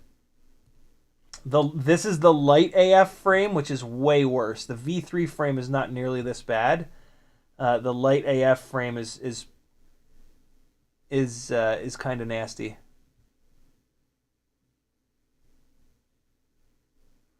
But if you drill it out properly on the first go, when you first get it, you don't have to deal with this.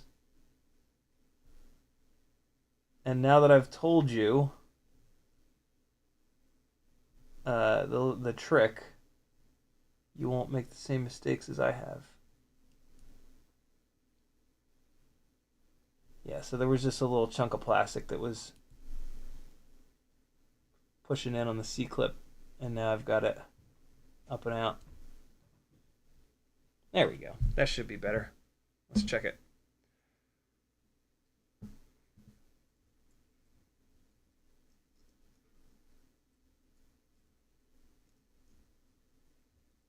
Yep. Good to go. Ultimate Mobile 6 2024. All set. That took a lot longer than I thought. Jesus Christ. Cole Power says shrimp wrap on the motor probably helps prevent metal fatigue caused by vibrations. Yeah, good call. Good call. Those little wires are jiggling all over the damn place. Thrash FPV says, had a blob of solder fall into my foot while I was soldering today. Fucking sucks. I've had that happen with TPU. It is way worse. To repair TPU, you can just use a lighter. And so, like, if you've got, like, a TPU GoPro mount that breaks, you can hold the lighter under it, and it'll melt the TPU together. And if you hold the lighter on there for long enough, you can get a blob of TPU that falls onto your foot. And then when you go to wipe it off, you smear it. And it, like, takes a couple layers of skin with it. Rybread says, is there a good story behind the "this is a working rig" plaque? I've always seen it, but I'm just now wondering. It's just FPV, man. That's FPV. You fly a rig, and then you stop flying it, and then you come back and you go to fly it again, and it doesn't fly anymore. And you say, what the fuck? This is a working rig. And it has happened a whole bunch of times on this live stream. And Timmons was cool enough to make that little plaque, and it shall live there forever.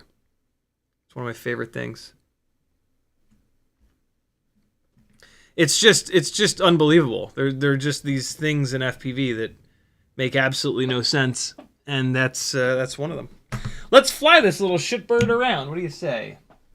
I need a little break. Oh, it's 11:42. Good God, I guess that's all we're doing on this live stream. Holy hell. I can maybe swap the camera over real quick. But, yeah, I said I was going to fly. Let's fly. If you haven't flown your 6 batteries yet today, what the hell are you doing? It's late. Do it now. Islander FPV says, what size was that drill bit? 9/64ths. 9/64ths. I'm going to fly a little 260 mAh battery. This thing is really light. I think it's a 17 point something grammer. Let's see. So this is a Mobula 6 2024 version 1. Frame swap over to the Lite AF. Motor swap onto the Weebleed 0702 40,000s. I've swapped the bells on those motors over to the 1.5mm motor shaft bells. Old school Mobula 6 canopy, Runcam Nano 3, and no antenna. Let me fix the no antenna situation. Situation. Oh man, I really want to put a white antenna on here, but I don't have any extras. So I will slum it with a black antenna. Oh man, I'm going to have to put the fucking nerd goggles on to do this. With the antenna just jankily sitting on there, 17.17 grams. Alright, hang on. I'm going to have to wait one more second, because it's kind of tough to get these antennas plugged in without pulling them apart. So just hold on. I've gotten pretty good at it over the years, though, so let's see.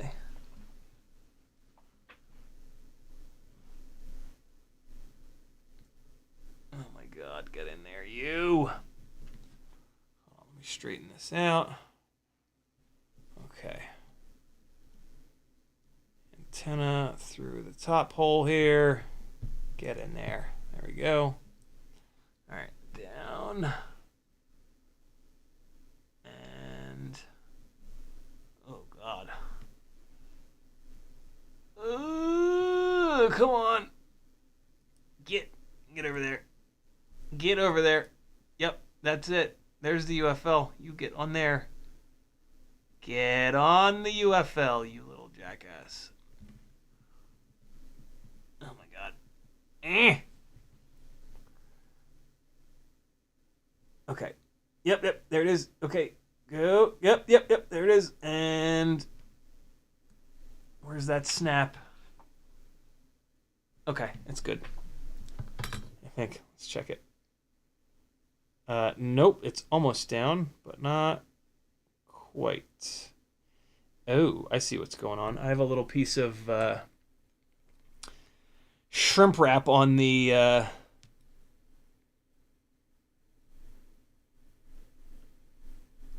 edge of the UFL, and that is preventing the UFL from snapping all the way down. That's kind of annoying. Should be fine, but hold on. I'm coming back. Don't you worry. Nah, I got to take this shrimp wrap off of here.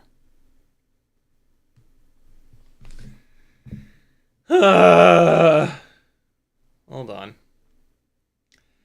God damn it. Why don't I have a white ORT left? I sold them all. I sold them all, damn it! How do I not have a single white one floating around? Over there, any of you little guys have white ones? No. No. Great. This will be fine. It's fine. I gotta cut this off, though. I gotta cut this little piece of shrimp wrap off here. I like to do this. It does make the UFL a little stronger, but on this board, right behind the UFL port, there's a chip, and this is just too thick. That's a problem that I have all the time, man. It's brutal. It's tough being me. Okay, that'll be better. One more time. Good Lord.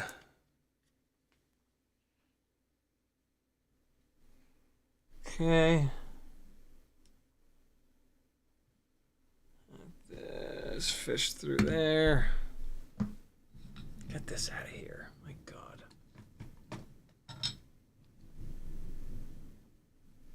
Come on. Wow, there's thunder and shit outside now? What the hell? That's actually making it a lot easier to get this in there. Okay, one more second, guys. Sorry. I don't know what the... I think I might have pulled the antenna off of this thing because it was broken. I got my stock... I got the number of the ORT Micro V antennas that I had on the Etsy store wrong. And they didn't go out of stock early enough. So I was pulling antennas that were still like fresh off of rigs to ship them out to people. And I believe this is one of the white ones. Which would also explain why I don't have a single extra white Micro V floating around to put in here. God damn it. This is so hard to do. Get out of the way, wires. God damn it.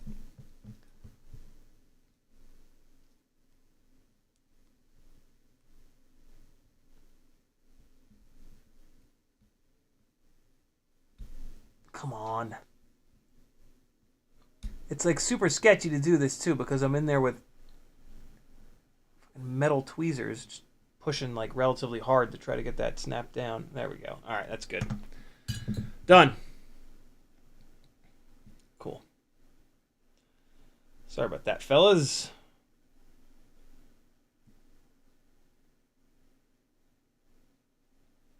Okay. Good to go. Now we fly. CiottiFPV says, what do you do to keep the camera plug from hard mounting the AIO to the frame, 2G4 on a cockroach? I just ignore it, and it's magically fine. For whatever reason, it doesn't Oops. I hit all the wrong buttons. I gotta unplug and replug the VRX. Yeah, it's fine. I have, and I've tested it. I've direct soldered to the pads before, which fixes. There was a point where I thought that was an issue, and with one of my builds, and yeah, I took that plug out of there and direct soldered it, and it didn't change anything. So it shouldn't be a problem. If you're like at your wit's end with some tuning issues, yeah, I mean you could direct solder the camera, but I've got so many rigs with that setup, and I'm able to get them tuned completely fine. And so yeah, it shouldn't be the issue. All right. My ELRS antenna is sticking out a little bit here. Let me just stuff it back in there. Come on, get in there, you little jerk.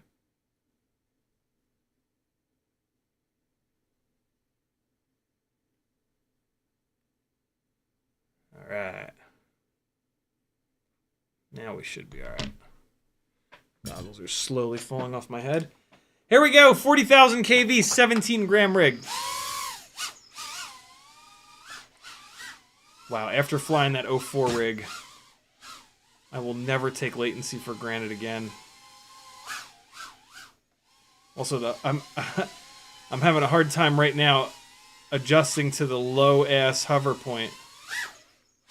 I got used to that 40-some% hover point. My God, this feels so nice. Stop it. Stop it! Oh my God, this is... Hold on, give me a minute.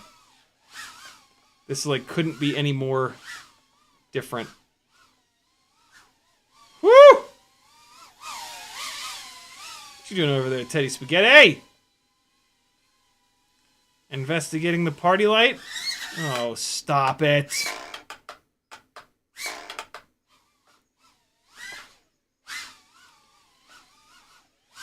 Okay. Let's do some flying. I think Maggie left the lights on upstairs for me. She did.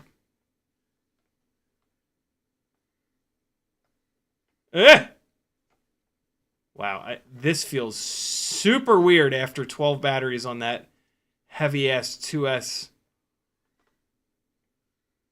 Mobula 704. Boy, does this feel good, though.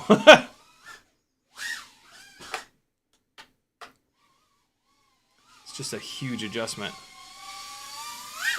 No, that was... I don't know why I thought I could do that. That was just silly. Stop it! Let me fly! Thank you.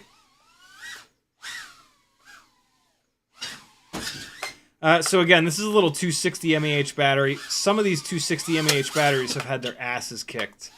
And so don't expect these runtimes to be representative of a fresh 260. Oh my God. Oh my God.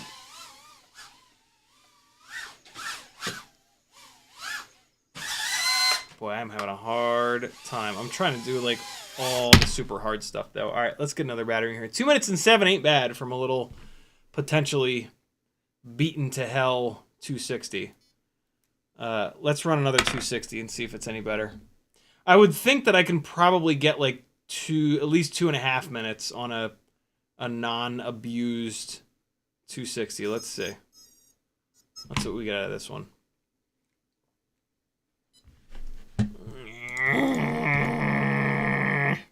Here we go.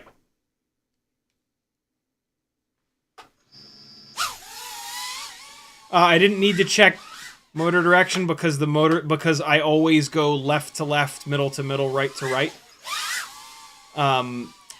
And so the motor that I took off was like that, and the motor that I put on is like that as well. Woo, woo, woo, woo, woo. No, I didn't need to disarm. Oh, God. Ah! I thought I could cut that really close. I cut it way too close. Hey. Ah. Oh God, what did I hit? Oh, the vent. This makes so much power. Hey! Hey! Oh,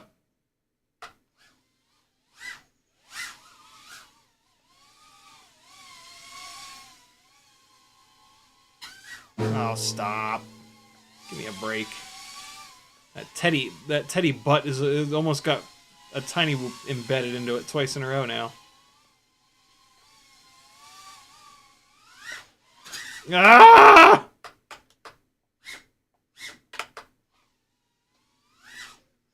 Oh! Or maybe I'll get a minute and 15 seconds from this battery. So this battery is obviously not in great shape.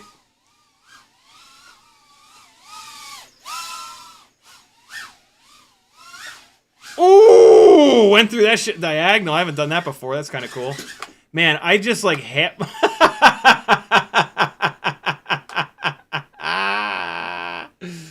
Didn't expect that. Oh. Oh.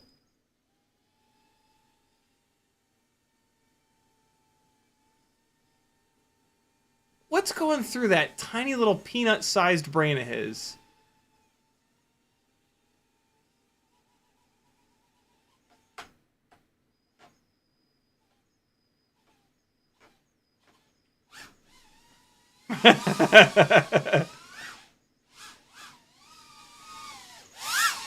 Almost put it in my fucking hair just now.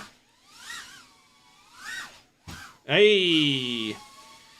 So this battery is sagging. If I fly it really gently... No, I was going to say the voltage will recover. Well, we're over 2 minutes. Hey, look at that. 2 minutes and 20 seconds. So we got there. When batteries are getting old and the internal resistances are getting higher, you'll notice that sort of behavior where you get low battery warnings like really early on, but then if you just keep flying, it'll just keep going and going and going, but you'll keep sort of getting those low battery warnings. We're going to go to a 300 mAh battery and get some actual runtime and full 40,000 kV power. Here we go. Oh God, yeah. Let's go right upstairs and wang it around. Oh. The fucking power in the float. Uh-oh. Hey! Oh God! Oh, let me try my favorite little move up here. Ugh! Didn't quite get it right. Let's try it again. Oh! Okay, here we go. No, I hit the fucking fan. Are you kidding me? Oh God, I hit the ceiling. This thing has so much power. Oh wow, how did it get down there? One more try. One more try. Coming low. Oh my God! Not a great night of flying for me. Flip. Oh, I keep hitting the fucking fan. Oh no. Don't go in there. Oh!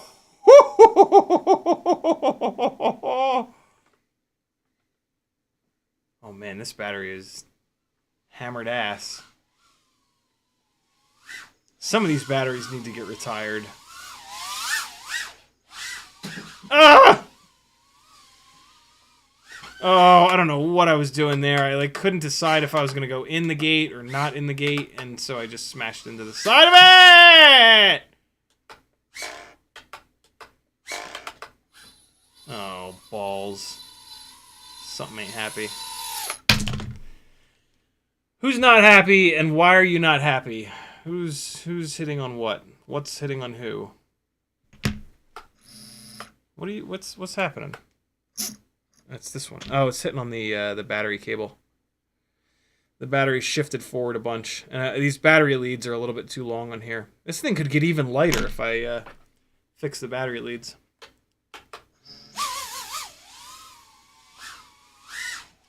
Oh, no, no, no! Oh, you mother... Yeah, not a great night for me from a flying perspective. Teddy! Oh, what are you doing, boy? What are you doing, buddy boy? Can you learn to recover this damn thing for me when I do this? Can you be helpful?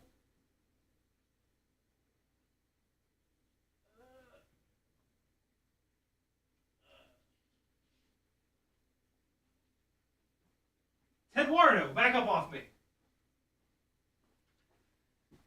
Alright, check the frame. Everything's fine. Yeah, everything's good. Man, this is... Oh, boy. I got the ELRS antenna is in front of the lens again, though. For fuck's sake! Get out of the way there! I run the ELRS antenna up in front of the camera to try to get it, like, as vertical as possible. And it's usually fine, but sometimes they'll, like... They keep wanting to, like, go out in front of the camera. It's... I don't know, it's hard to describe. This thing is also gone into, like, mega up tilt mode, which never helps me. Let me tighten up this, Oh, yeah, that was super loose there. Okay, now this is going to be better. Nice low up tilt. Much better, although I think this battery is about done. Oh, that feels so much better. I can always tell when there's too much up tilt on these Mobula 6 canopies when the when there's no ducts in view. This is actually ultra low up tilt right now, but I'd rather have too little than too much. Hey, buddy boy. Ah! I knew I was asking too much. Low up tilt is so nice, man. You can actually, like, fly around slowly. Having a bunch of up tilt, like, it just naturally makes you fly really, really fast. Which is not what you want inside. You want to really go slow inside. Like those are like people. Alright, another 300. Nice low up tilt this time, though. Here we go.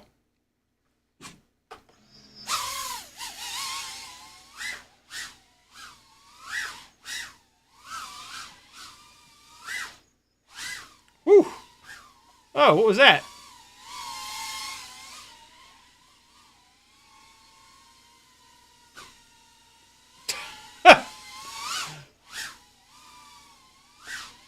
It does take a second to get used to low up tilt, though. You'll just, like, stop. Oh, I love it! Oh, God! That was creepy. Oh, God, no! No, no, no! Oh, no, it's in the abyss. Oh, by the way, for any home theater nerds, if you ever break a driver with, like, oh, I don't know, a tiny whoop, and you, like, break the plastic of the driver like I did here, you can totally E6000 it back together. Which has been working for a couple weeks, but I finally did find a replacement speaker for $40 on eBay and snagged it.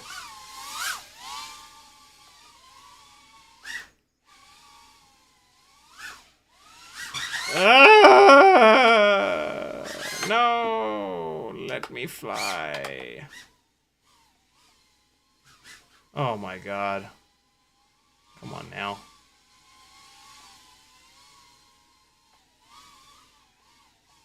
No!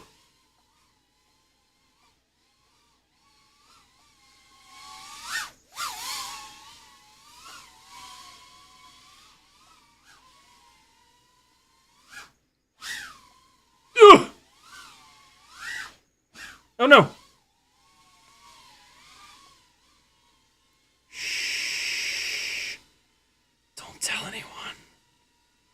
I bought all the Oreo flavored Oreos. I own them all. God, no! It is harder than it looks to do this little run back behind the TV. Let me get it clean.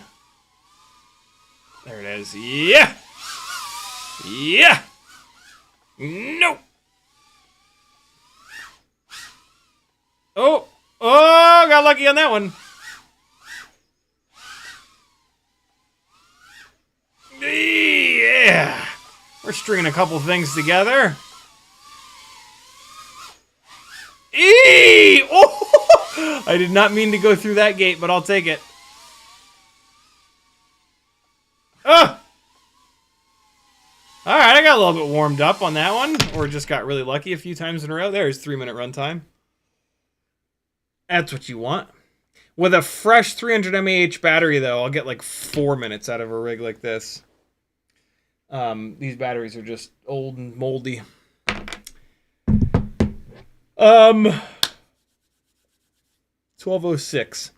Let me super quick swap the camera on this HD0 rig. No, it's gonna take forever for me to get the HD0 shit set up over here. I did put it in the stream title though. Hold on, let's see how quick we can do it. Oh, it's direct soldered. It's direct soldered. And it's buried down in the frame. I'm gonna have to take it all the way apart.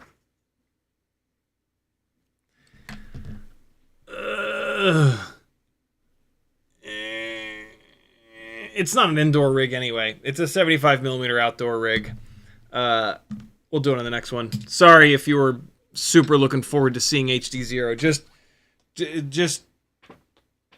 It's the latency is great. Just pretend like I flew a rig that's too heavy for inside the house with ever so slightly better than analog quality video. Pretty much the same latency. But it's a little heavier. And there you go. You just got the HD0 experience. I put the lens back in this thing.